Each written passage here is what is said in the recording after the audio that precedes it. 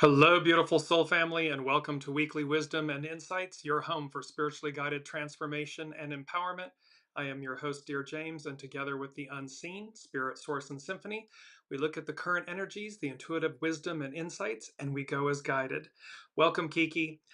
So, we are dealing with some beautiful full moon energies. This is the last full moon of 2025. It is a super moon that is occurring in Gemini. And so the sign of the twins and so forth. So beautiful, beautiful energies. And let's just jump in really quickly to the main energies. We're going to front load the show and the energies. We're working with the color green, as you can see. December is standstill, release. This beautiful, like we're releasing, the year, the past, emptying the vessel. We have three difficult beginnings, persevere. It's a 9 year. We're wrapping up this 9 year, this conclusion and this cycle to begin a new year, a 10 year in 2026. So it's small restraint, surrender, authenticity and humility to create balance. And this 6, conflict, let go. So these are the numbers, if you will, the energies of the numbers and so forth that we're working with. But more importantly, let's take a look at this beautiful astrological chart for the Gemini super full moon. It's occurring tomorrow on December 4th. And remember, all astrological energies, there are some that are in shorter duration in transits and so forth, but the main focus is that many of these energies arc out. And so no matter when you come upon the Weekly Wisdom and Insights show or episode that you may come across, it's going to be timely for you. The messages will be timely. In this chart, you see the full moon and the sun are opposing one another. We're getting ready to have this stellium of planets from at the very bottom of the chart. Mercury's on the far left, black moon Lilith, Venus, the sun, Mars, they're all going to end up in Sagittarius. So there's going to be this stellium of planets in the coming days and week of these planets. We have the grand water trine that's there that's helping to soothe everything out for us and make everything a little bit more palatable and easy. And yet we're still, there's still conflicts, there's still oppositions. Uranus is playing a big role. Expect the unexpected because it's opposing both Mercury and Venus. So that's happening. And they are going to be exact oppositions coming up. And there's a square then between Saturn and Neptune over in Pisces with Mars, divine masculine, in the fourth house. So things that are foundational. So there's a lot going on. Our astrological influences. This is speaking about peak experiences. Welcome, Olivia. And then there's Le Trois Yachtsmen. Le Trois Yachtsmen is the title of a painting by Marcel Mouly, who was an apprentice, if you will, of Matisse. And so there's this aspect when you look at this Gemini super full moon chart and you see the peaks at the bottom. There's these kind of trifecta, this Le Trois, the three, this aspect of things and we've had that trifecta effect, things that are happening in threes, things that will happen in threes. And so this Le Trois Yachtsmen, and the ocean is, the great consciousness. It's where everything emanates from, the waters, the firmament, the waters. And so there's a beautiful aspect here that the unseen is speaking to peak experiences happening in threes, Le Trois Yachtsmen. And yachtsmen, they're not afraid to go out and adventure forward. And that's a big theme about what we're coming to in the overall energies of this weekend, what will be rippling out with the Gemini super full moon. And so in threes and how the adventure awaits. And then also this funneling and channeling greatness. This is baptism by fire, and we'll come to that in a moment, but it's Pentecost, it's baptism by fire. This funneling and channeling of greatness, divine wisdom. And you see that when you really look at the top of the inner circle of the chart and you see the darker, the more solid blue lines. They create, when you take an 8.5 by 11 sheet of paper and you kind of fold it like an airplane, like a paper airplane, and you fold it, it creates this funnel, this kind of, and so you can see on the left is Jupiter, at the top is Uranus, on the far right, Saturn and Neptune. These are all heavy hitter planets, and they are funneling all of this wisdom, the unseen, our divine, our divinity, our source, down into Mercury. Mercury is how we make things tangible. It's how we think and speak and communicate, and it controls electronics and celluloid, things that are recorded, mechanics, things, moving parts, things of this nature. But it really speaks to how we communicate with one another, how we speak to ourselves, our words, our thoughts, all of these things that come into that. So that's this channeling and funneling of greatness. So, and it's Gemini. Gemini is an air sign, it's the twins. And it's ruled by Mercury. You get where all this is going, I hope. Put in the comments. Let's jump into our main theme. Let me just show you really quickly before we jump to our main theme. You'll note that the sun and the moon, top of the chart, bottom of the chart, they are both at 13 degrees, Gemini and Sagittarius, respectively. Then you look at the north node and the south node. They're like the horseshoe symbols, kind of left and right on the chart. They are at 13 degrees. So we have these quadruple, but double and quadruple 13s. And so our main theme that we are working with is 1313, reaching beyond established forms, established norms. And this is Al Medicine Revisited. So this is about reaching beyond. Gemini, this Gemini super full moon, this last full moon that's culminating the year of 2025, this conclusion of a 9 cycle, it's about reaching beyond established forms, established norms, the things that we know. And how Al medicine is that all-seeing eye in the pitch, in the void, in the blackness of it all, which means that we can see through things, see through the illusion. So let's jump into 1313. And there we go. The spiritual meaning of 1313 is often interpreted as a sign of significant change, transformation, and the manifestation of dreams, encouraging a positive and creative mindset during times of transition. We are in a massive time of transition.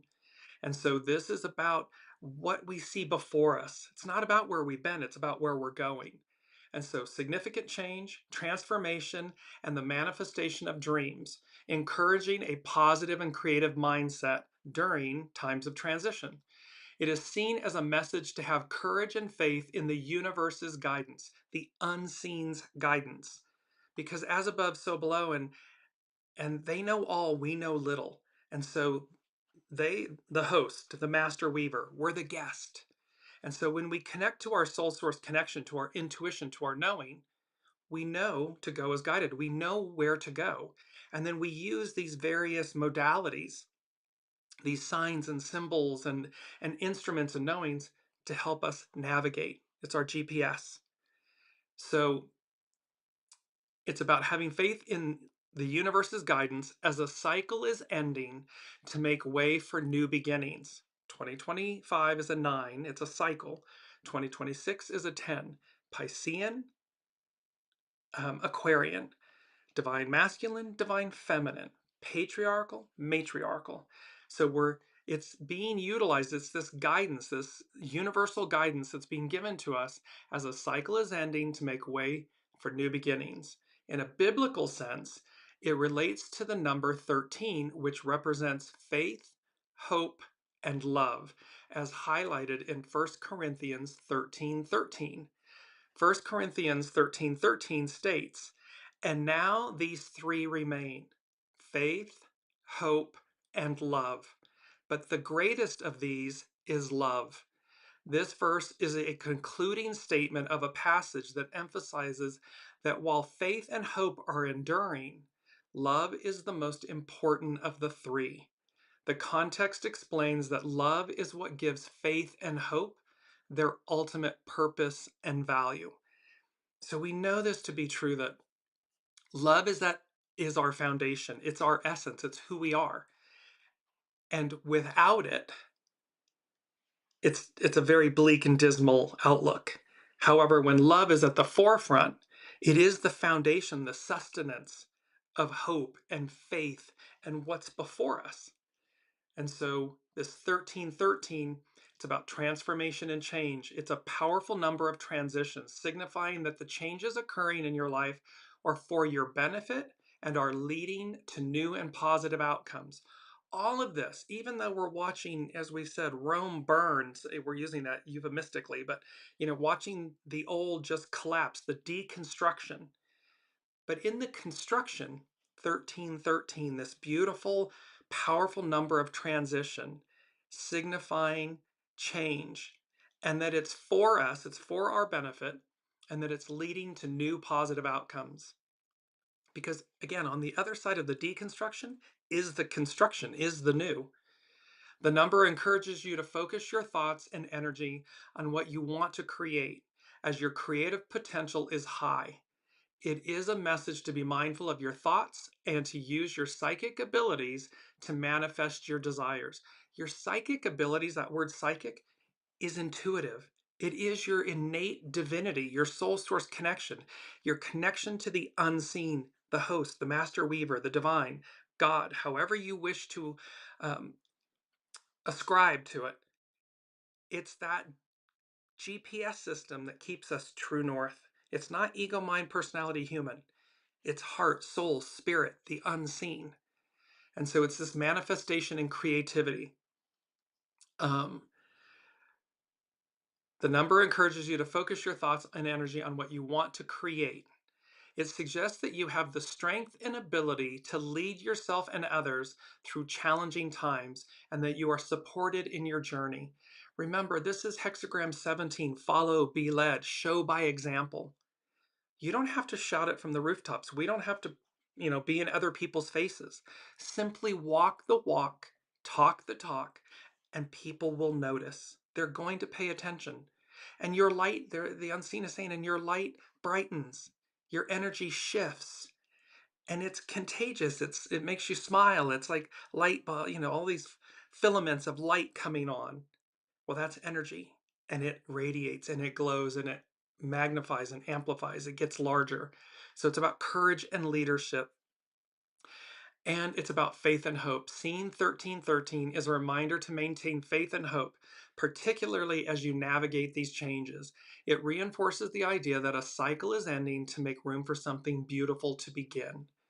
This is about use your intuition. 1313 is not rigid.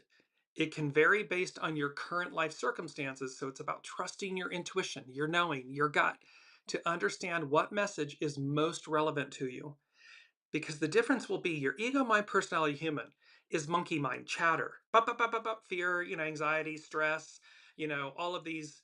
And yet when you just quiet that and they say, send the monkey minds to the water, to the lake, they get enamored with their own reflection.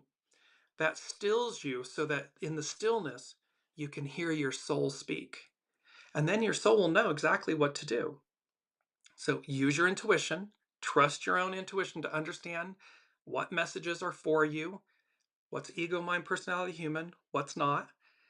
Be mindful of your thoughts, pay attention to your thoughts and beliefs as they have a direct impact on what you are manifesting. This is emptying the vessel. This is making space for the new. This is releasing the old masks, identities, labels, scripts, stories, all these things all this armor that we've placed on ourselves that needs to fall away so that the authenticity, the purity of your soul comes forward.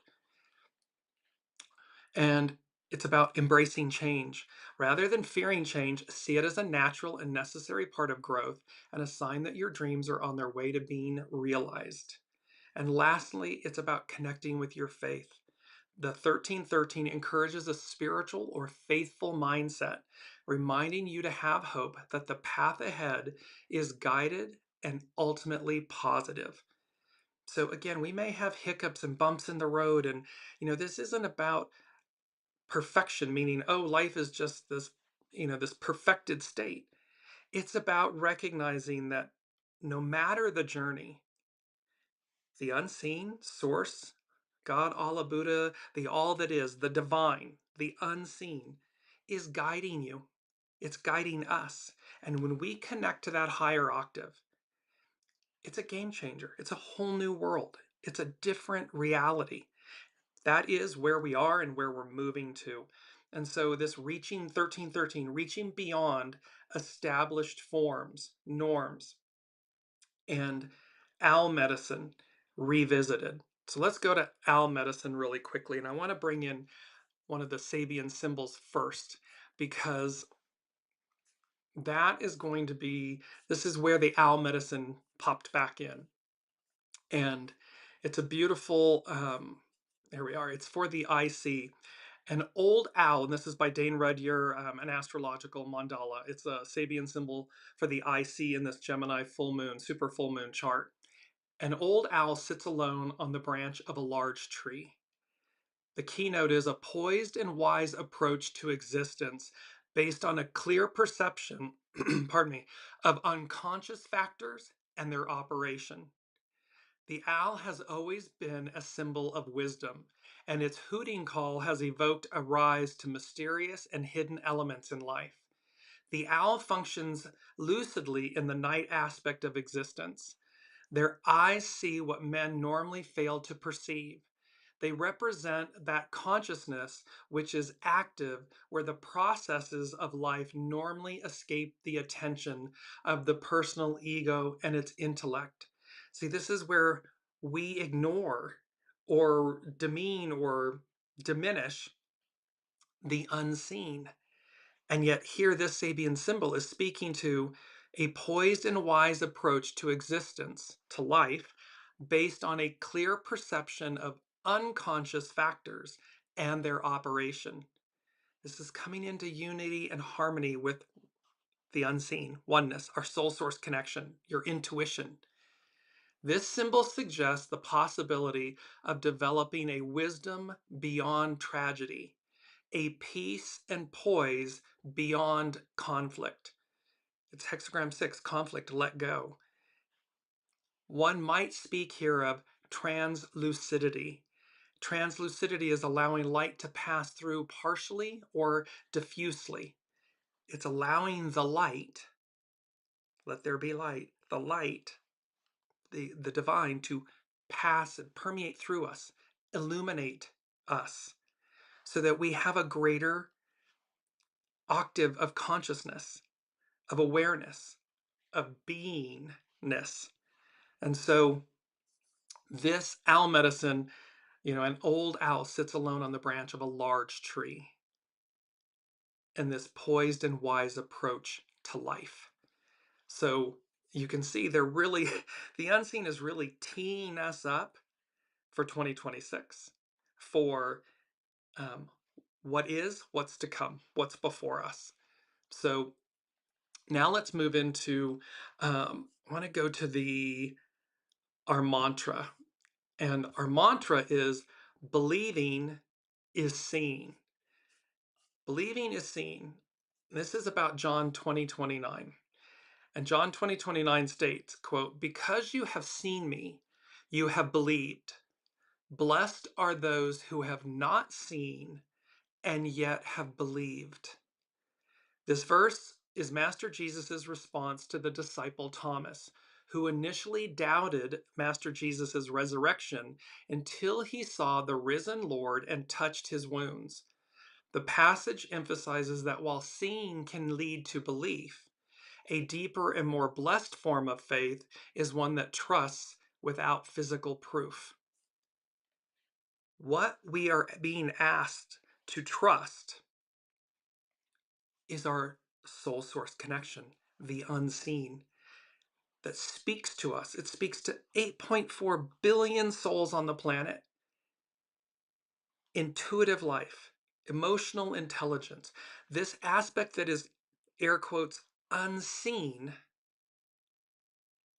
yet we know it exists because it guides us. It speaks to us. When we listen, it's a game changer. It completely changes our lives in the most positive, pure, beautiful way. It's quantum leaping forward. It goes to number one from the unseen. And they said, upside down. Boy, you turn me inside out and round and round. It's the song, it's the lyrics from the song by Diana Ross, Upside Down. It's number one. It's like we're being turned upside down between these two eras, Piscean and Aquarian, patriarchal, matriarchal, divine masculine, divine feminine. It's like we're being just completely inverted, turned upside down. And so, boy, you turn me inside out and round and round. That's what it feels like. That's what it can feel like. But it doesn't have to be disharmonious or confrontational. It just says, okay, it's going to be, it's like when you say when you stand on your head, you stand on your head, put your feet against the wall and so forth, and all of a sudden it's like the hanged man in the tarot. You have a whole new perspective of things. Oh, I never saw it like that before. No, because for 2000 plus years we've been walking upright in this paradigm. Well, now it's like whoop. Now we're turned upside down. Oh, well, now we have a whole new vista, a whole new paradigm to work with. New eyes. And so this upside down, boy, you turn me inside out and round and round. And they said, moving beyond. You see how we're reaching beyond, we're moving beyond. That owl symbol, that owl Sabian symbol is about reaching beyond. And so they said, moving beyond, quote, the box hyphen container we've constructed, placed ourselves in. And this took me back to last week, the canary medicine, and it was speaking to the fact that freedom versus confinement. A free canary represents independence and the courage to be authentic, while a caged canary can symbolize feeling stifled, trapped by responsibilities, or emotionally repressed or stagnant. Things become stagnant. And when it's over, it's over. It's like they're saying to me, well, when the party's over, the party's over. When the Piscean era is over, it's over. There's nothing worse than kind of staying past when the party's ended. It's bleak, it's sad, it's dismal. It's kind of like a mess because you see the remnants. But there was a point at which there's a peak experience of this. I'm just bringing that back up because this was peak experiences, Le Trois Yachtsmen, funneling, channeling, greatness. This is what the unseen is channeling and funneling to us. Greatness. Not leftovers. Greatness. Not stagnation. Greatness. Not the past. Greatness. It's what lies before us. It's what lies within us. Now let's jump to, we're going to work with hexagram 13. And this is from divination.com. And it's known as fellowship. And it speaks to last week's key word, which was unification. And so here we have our first quote. When communal or tribal bonds unite a group of people, great success is possible. So when communal or tribal bonds unite a group of people, this is about when we recognize our unity, our oneness. This is where we are in the great cycle. We know all of this, right?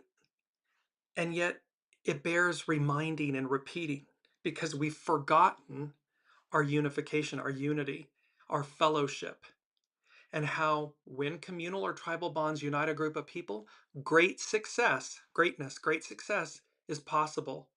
But such bonding only develops when personal interests are subordinate to virtuous human relations. That's Aquarian. That's matriarchal. It's no longer me, me, me, I. It's these things only happen. The bonding develops when personal interests, the I, the me, personal interests are subordinated to virtuous human relations. What's best for all of us? How do we all rise, win? How do we take care of the planet? How do we take care of one another? It's not that we're subordinating ourselves to someone else's, being run roughshod over, or their shadow, or their illicitness or darkness. It's saying, how do I subordinate my ego, mind, personality, human to divine will, to that which is virtuous in human relations? Like open communication and empathy, the broader the perspective, the greater the good that can be achieved. And the greater the potential good, the more powerful the support behind it. It magnifies, it amplifies, because it's in alignment with the purity of source, the purity of our greatness. Brings me to our second quote. A spirit of cooperation steadies the boat for the good of all. A spirit of cooperation steadies the boat for the good of all. Though it does not help to have though it does help to have a beautiful island of high ideals to row towards. So this is about, it's about having, you know, pure intentions and aspirations and ideals. A spirit of cooperation steadies the boat for the good of all, because when we have that purity, a high tide lifts all boats. It's a beautiful quote. Well, this is what this 13 fellowship hexagram 13 is speaking to. Learn to respect the power of diversity, for a community's strength lies not only in its numbers, but in the diverse skills and collective resources of its members. Each of us is a unique fractal of the divine, purposeful, powerful, pure. And when we harness the power, when we respect it, when we revere the power of that diversity, a community's strength lies not only in its numbers, but in the diverse skills and collective resources of its members. It amplifies, it magnifies, it comes to life. Like the stoutest walls reinforced by different materials, the strongest groups benefit from a tolerance of differences, strengthening the fabric of the whole. With a unified group solidly behind you, even difficult enterprises can be undertaken without great risk. So we see on the world stage, and certainly in America, in the United States of America, this demonization and this division and this wanting to denigrate diversity, the diversity.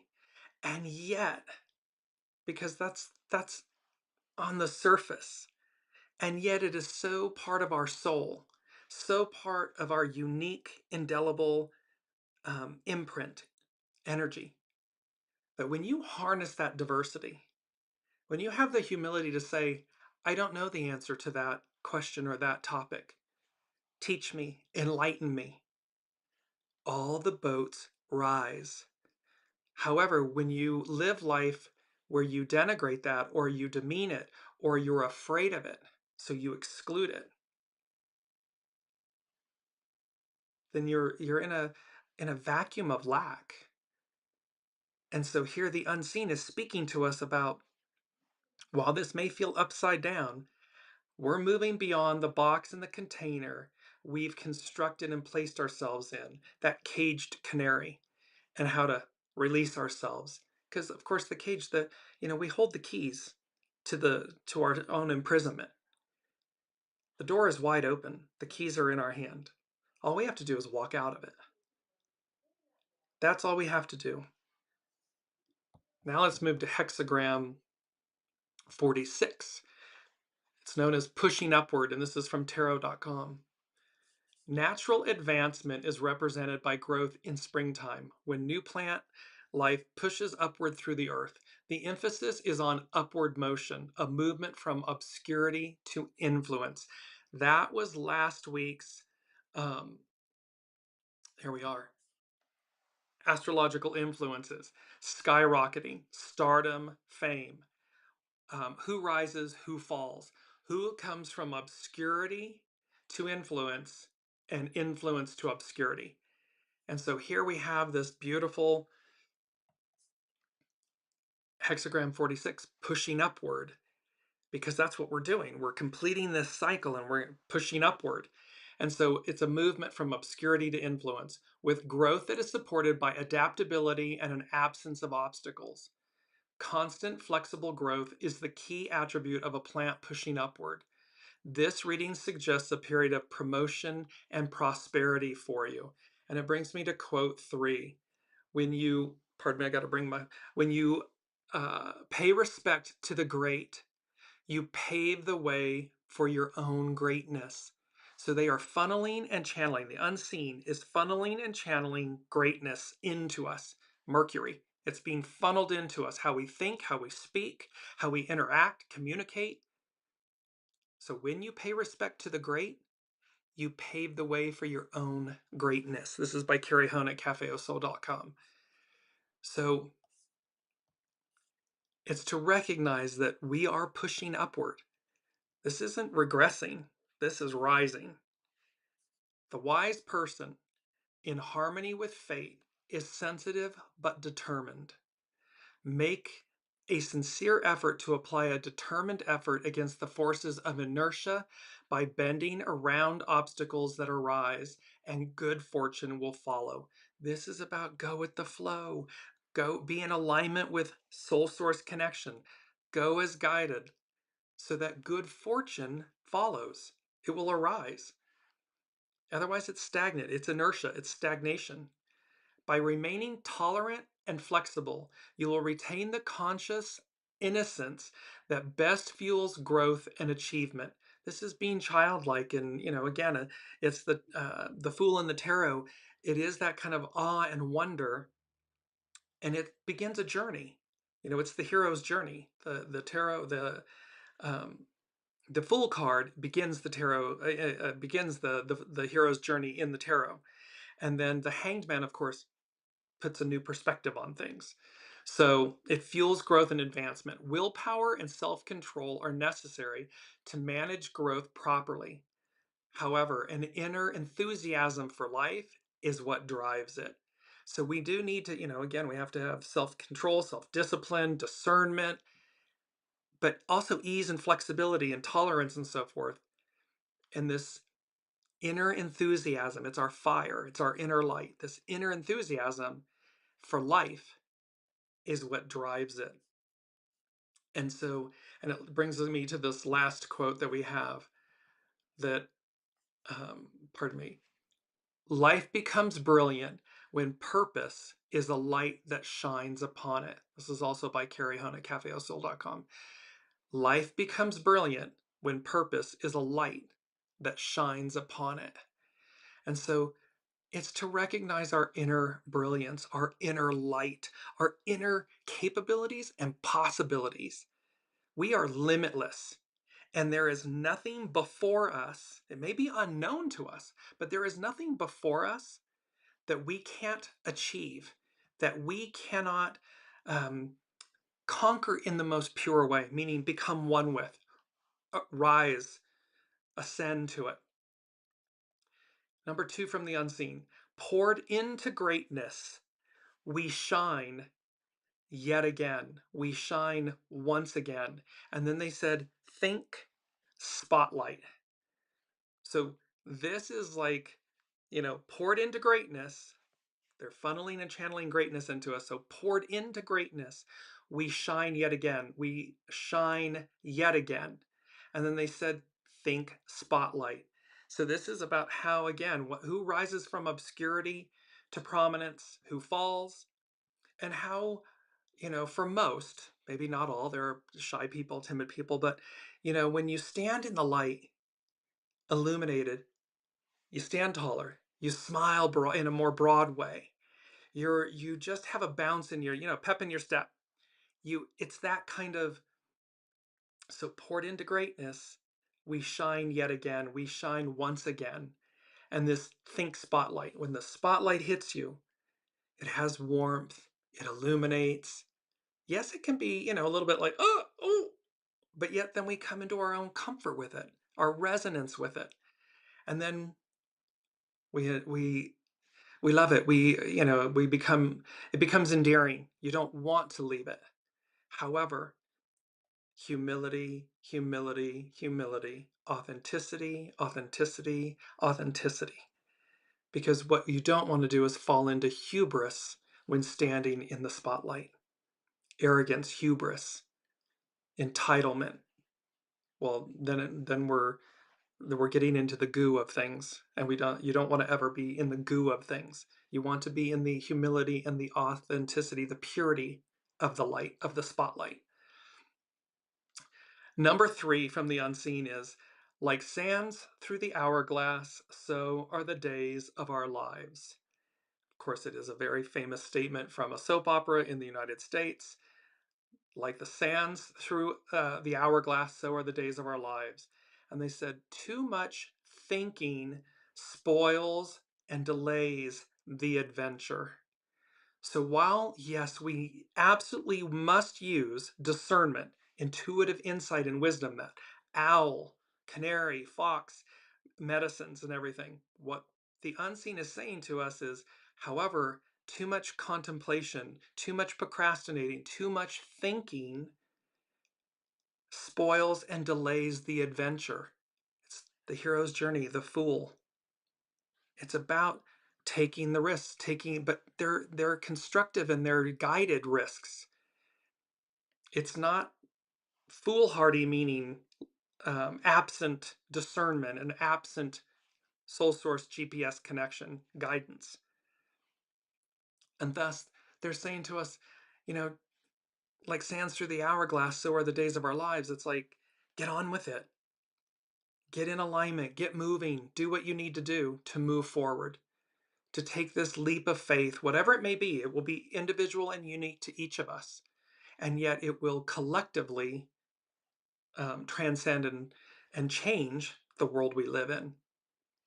So now let's go to our key word.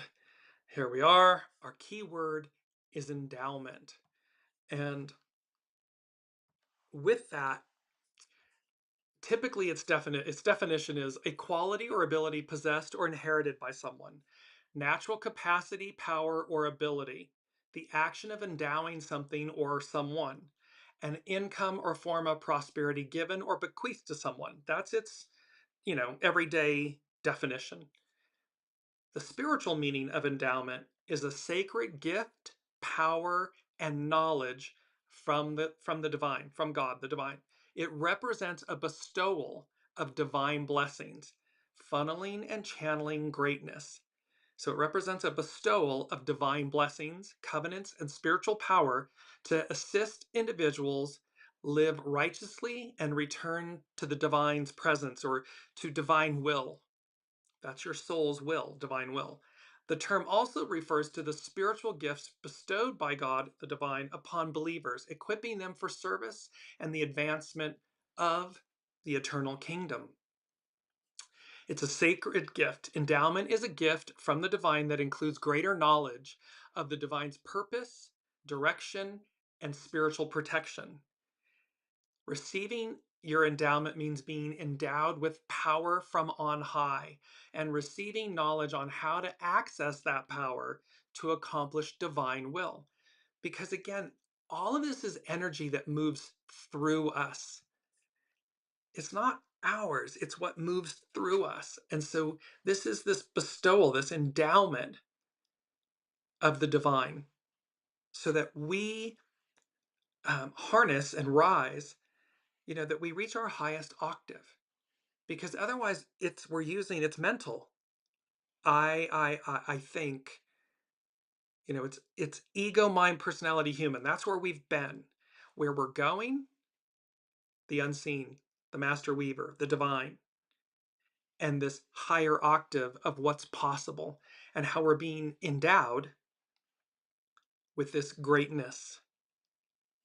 It's about spiritual gifts. The Bible speaks of endowment as the spiritual gifts, such as wisdom, knowledge, faith, and healing, that God, the divine, gives to believers through the Holy Spirit for the common good. It can also refer to the divine equipping individuals with abilities, blessings, and grace to serve both the divine and divine's will, but also the greater whole. And then it's about inner transformation. The concept includes both this spiritual endowment. The concept includes both the internal transformation and the outward expression of faith, such as purity, joy, and a commitment to service. And so we have this beautiful um, upward reaching beyond established forms, this 1313. It's moving beyond the box and the container we've constructed and placed ourselves in. It's liberation, it's deliverance. However, to achieve that, we must first believe it. Believing it doesn't mean, oh, I see that it's occurred and now I believe it. It's believing it. Blessed are those who believe but did not or do not see. It's a knowing. I know this to be true. I know that this will happen. And thus I must, canary in the cage, I must liberate myself to receive this. It'll be simultaneous, but we can meet the divine, halfway or more than halfway. It's always an inside job. We can start within and then advance so that these energies collide and meet one another. Number 4 from the unseen, they said, reach for the stars. There you will find what you've been looking, longing, searching for. So it's reach for the stars. There you will find what you've been looking, longing, and searching for. And this reminded me, instantly I started hearing the lyrics from I Still Haven't Found What I'm Looking For from U2, from the group, the band U2. The third verse, the lyrics for the song, I believe in the kingdom come, then all the colors will bleed into one. But yes, I'm still running. You broke the bonds and you loosened the chains, carried the cross of my shame. You know I believe it, but I still haven't found what I'm looking for. It's number 4, it's foundational. The unseen is saying, reach for the stars. In other words, stop playing small. Stop telling ourselves that we can't have something or we can't achieve this or that it's not possible. The unseen is telling us to reach for the stars. And of course, the stars and their canopy, they tell a divine story. And so when we reach for the stars, we're reaching for a higher octave of ourselves and for what's possible, what's always been before us. It's the heavens, the stars, when we look up, it transcends language, ethnicity, culture, demographics, sexuality, gender, all of these, it transcends it all. It's universal language. And the very interesting thing about this is that um, the album, the song, I still haven't found what I'm searching for by U2. It was written in the style of King David, specifically from the poems recorded in the Book of Psalms in the Old Testament. The lyricism also emulates Charles Bukowski's poetry, who Bono was reading at the time. The subject Bono is searching for is left without description. He doesn't tell us what he's pursuing, just that he is searching with a single-minded focus and great longing. This section is written in a nearly identical style to the writings of David. There are many allusions in the later stanzas, Christian and romantic, sensual, and in the last stanza, a declaration of the narrator's worldview and personal beliefs. However, he also tells his audience that he has not reached his destination and is still looking to be with the you he mentions in the beginning of the song. See, we're still looking unification. We're still looking to unify ourselves, to be whole again. And thus, this poured into greatness, we shine yet again. We shine once again. That what is before us is this beautiful octave of unification, of unity. of finally reaching for the stars, we find what we've been looking for, searching for. It's within us. It's been within us the entire time. But through ego, mind, personality, human separation, and 2,000 plus years of the word that's coming to me is dogma, being told, almost like it's being beaten into us, that we are separate from. And yet, what did Master Jesus do when he walked in to the temple and all of the market was out where there were those that should have been the Gentiles? That was the area for the Gentiles to receive the Father, the divine God, and yet they were having a bazaar there selling merchants and everything. And he tossed the tables and he said, "You bar from the people what is rightfully theirs." And there are many other verses where it says you don't have to go and pray, publicly in that way in the spotlight. Do it in the closet or in the bedroom where no one sees you. In other words, you go direct to the divine. You go direct to the Father. And in that connectivity, reciprocity, greatness is received. It's innate within us. It's unique and divine within us that it's ours. It's already ours. And so this reach for the stars, there you will find what you've been looking, longing, and searching for. This utopia. So now let's move into powerful stuff. Let me know in the comments. It's quite a powerful um, energies with this Gemini super full moon and the messages from the divine. Um, I'm going to Juliana McCarthy from etherealculture.com, and she's talking about the overall astrology for December 2025, a crystalline threshold.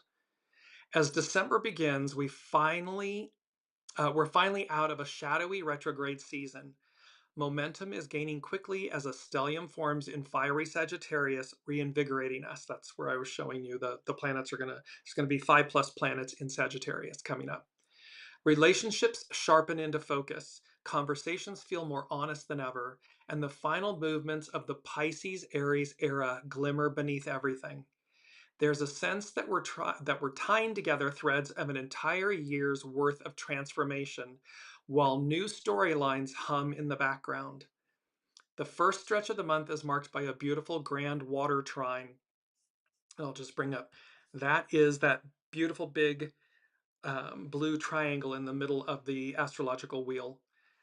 It's a grand water trine. It's Jupiter in Cancer, Saturn in Pisces, and Mercury in Scorpio, and they form a perfect triangle, offering coherence, spiritual support, and a rare feeling that something is finally ready to click into place. They're in water signs, which is our emotions, but it also soothes. It's like taking a wonderful bath or a shower. It cleanses, it purifies, it renews, it calms. So while we're making this massive transition, this reaching beyond established forms, this 1313, the heavy hitter, as above, so below. We are the divine, the unseen, the host, the master weaver is doing it with care, with gentleness, with love. So it offers this coherence and spiritual support and a rare feeling that something is finally ready to click into place. Projects are gaining steam, truth is surfacing with clarity, and emotional intelligence is easily accessible. Emotional intelligence, soul source connection. Our soul source is easily accessible. By mid-month, the tone shifts. Restlessness stirs and information moves too fast. Mercury and Lilith oppose shocking Uranus, exposing secrets, because we're emptying the vessel. We're still deconstructing where we've been, the past. Confusion is a necessary part of our sorting process. We're shedding old skin and decluttering our minds to feel refreshed. As we approach the solstice, that's on 12/21, it's the winter solstice, intensity arrives, presenting roadblocks that force us to grow. The Sun and Venus square stern Saturn, so that's a confrontational and frictional aspect that needs its energy that needs to be released. So it's the Sun and Venus square Saturn, forcing reality checks. Integrity, commitment, and hard work are now essential. Luckily, the holidays are also touched with deep spiritual resonance and increased capacity for connection, compassion, and forgiveness. So again, this is they're saying to me, it's like a mixed bag, but it's a good bag. It's like when when you might you go to a holiday party or something, and you get this box, and what's inside, or one of these what you call it, subscription boxes or whatever. You never quite know what's coming in it, and yet it's something for you, no matter what it is. And the discernment is, what is each thing? Because they're all blessings. So Venus, Neptune, and Chiron weave tenderness through the chaos. December is demanding and clarifying, yet strangely beautiful. We're defining our values, our direction, our goals, and plans of action, healing our hearts and melting into love as we cross the threshold into a new year. It's that 1 Corinthians 13:13. It's about faith and hope, but love is what matters. And so here, as Juliana McCarthy is speaking to, and melting into love as we cross the threshold into a new year, as we reach beyond where we've been. It's about love. It's not about hate. It's not about division. It's not about separation. It's about unification, harmony, love, which sustain faith and hope and vision for the future. Now let's jump to this is Pam Youngin's North Point Journal and galactic acceleration. Events transpire quickly and situations unfold rapidly this week, fueled by a galactic super full moon that is eclipse-like in its effects. The lunation peaks at 3:13 p.m. Pacific time on Thursday, December 4th, when the moon is at 13 degrees 3 arc minutes of Gemini, and it opposes the sun at that same degree in Sagittarius. The position of the sun is significant, for it aligns with a mysterious point in space known as the Great Attractor, currently at 14 degrees of Sagittarius. So the sun is going to be at 13 degrees, 3 arc minutes of Sagittarius, and the Great Attractor is at 14 degrees Sagittarius. They're less than a degree apart. Astronomers do not know exactly what this galactic anomaly is, but they can tell that it is massive. The Great Attractor has an enormous gravitational pull and is drawing our Milky Way galaxy and the supercluster of hundreds of galaxies that we are a part of toward it at the astonishing speed of 600 kilometers per second. It's 1.3 million miles per hour. The Great Attractor is the reason our galaxy is moving through space and traveling on its specific route through the universe. Scientists have observed that the immense gravity of the Great Attractor has the ability to warp time and space as well as bend light. It's a pretty powerful energy source. Symbolically, the Great Attractor represents the magnetic pull of our cosmic destiny, which appears to influence the course of our lives, whether or not we are consciously aware of it. Because its true nature is unknown, the Great Attractor also represents the great mysteries of existence and our attraction to that which is beyond our understanding, reaching beyond established forms, moving beyond the box and the container. You get that we're moving beyond where we've been. So it's about, the Great Attractor also represents the great mysteries of existence and our attraction to that which is beyond our understanding. Its presence brings up the debate of fate versus free will and how those forces play out in our individual and collective lives. This week, as we work with this galactic full moon, we are likely to observe an acceleration of events, as well as a sense that what is occurring is deeply fated. In addition, the emotional impact of the lunation is increased due to it being a supermoon, with the moon at the point in its orbit nearest the Earth. It potentially has a stronger effect on the waters of planet Earth and the fluids and emotions of humans. We're moving beyond where we've been. We're going back to where we began, but an octave higher.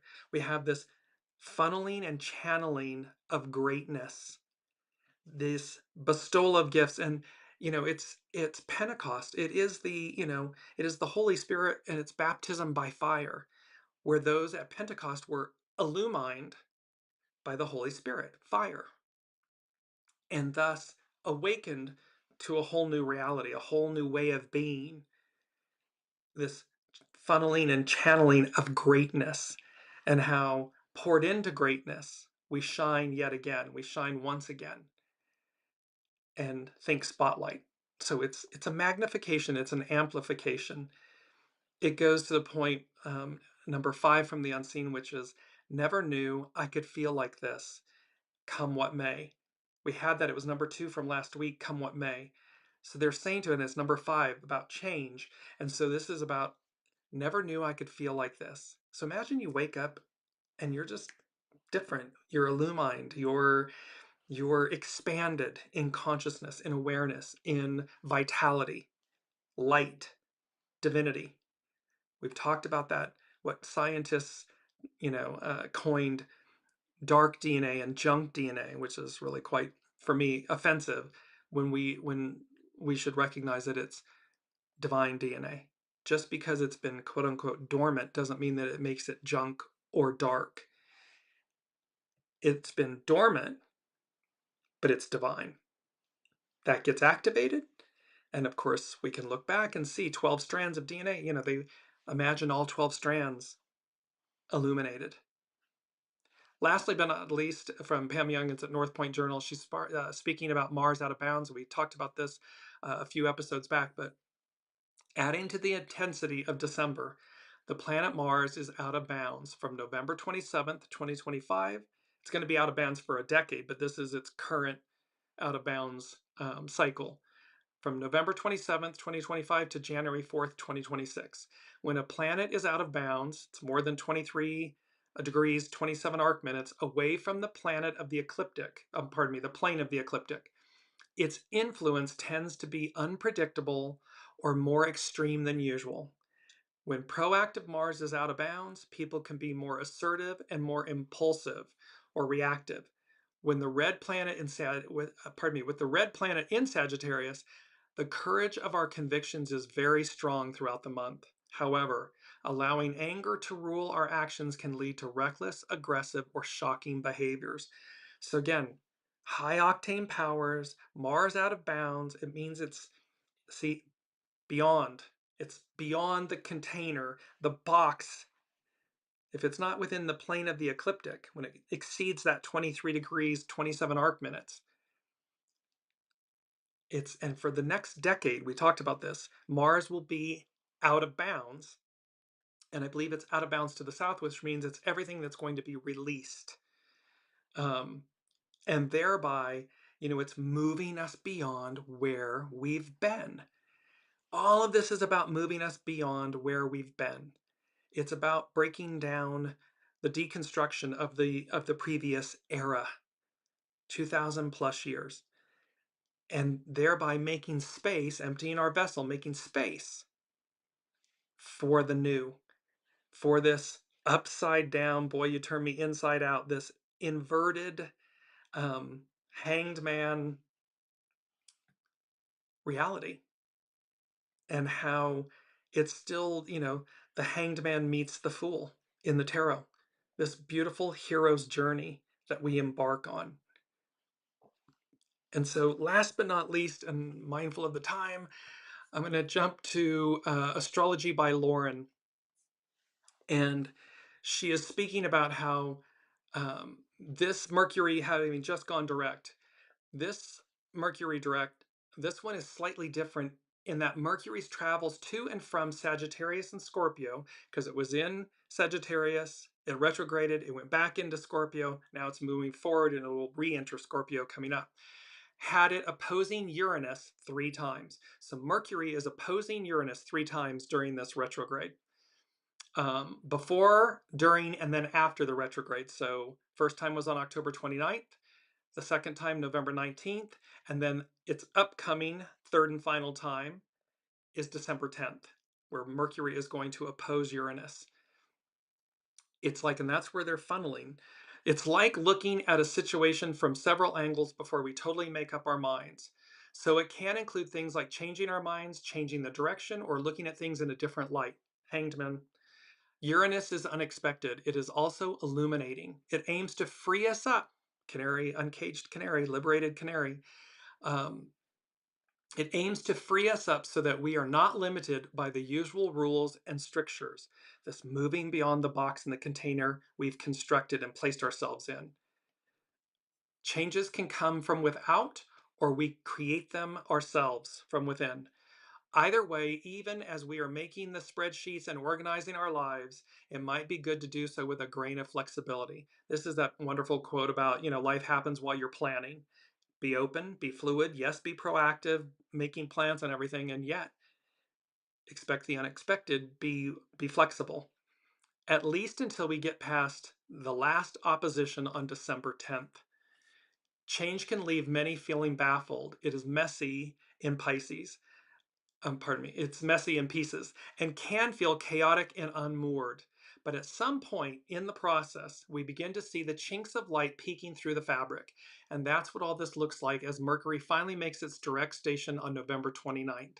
This is a scenario occurring in increments and steps. It aims to restore hope and faith. You see this hope and faith, and love is the basis, the foundation, and the belief that things can indeed be better. And this is all being capped off this week with a full moon on December 14th, 13 degrees arc minute, 13 degrees Gemini, 3 arc minutes. Gemini is a Mercury sign, and as Mercury gives us the green light to proceed, the Gemini moon will show us why. Full moons are times of culmination. Stuff comes to the surface and things are brought to completion. This full moon also has a significant position in the overall scheme of things. It is the full moon betwixt and between two lunar eclipses, the eclipse of September 7th at 15 degrees Pisces and the upcoming lunar eclipse on March 3rd, 2026 at 13 degrees Virgo. 13. For anyone who has important points in their natal charts at or around 13 to 15 degrees of the mutable signs, Gemini, Virgo, Sagittarius, or Pisces, this moon can serve as a turning point in your life. So you can look in your own natal chart to see, do you have planets that are in the mutable signs of Gemini, Virgo, Sagittarius, or Pisces that are between 13 and 15 degrees? If you do, this will impact you more specifically, and it speaks to turning points. But we should all pay attention. The full moon on December 4th stands at the bending of the nodes. The nodes are the points in which the sun, moon, and the earth can come into perfect alignment. So much so that either the sun or the moon is eclipsed. The full moon this week is at cross quarters with the true nodes of the moon, and thus betwixt and between the two eclipses. So this is hitting directly in the midpoint. This Gemini super full moon, this 1313, this reaching beyond, it's right between, it's right in the middle. So it's betwixt and between these two eclipses. And eclipses, of course, really jump us forward.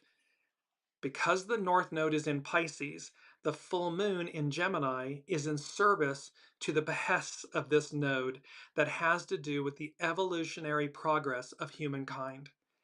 Out of the myths and ancient memories of the Pisces node, all the experiences, the essence, and the meaning of all things, a story is unfolding.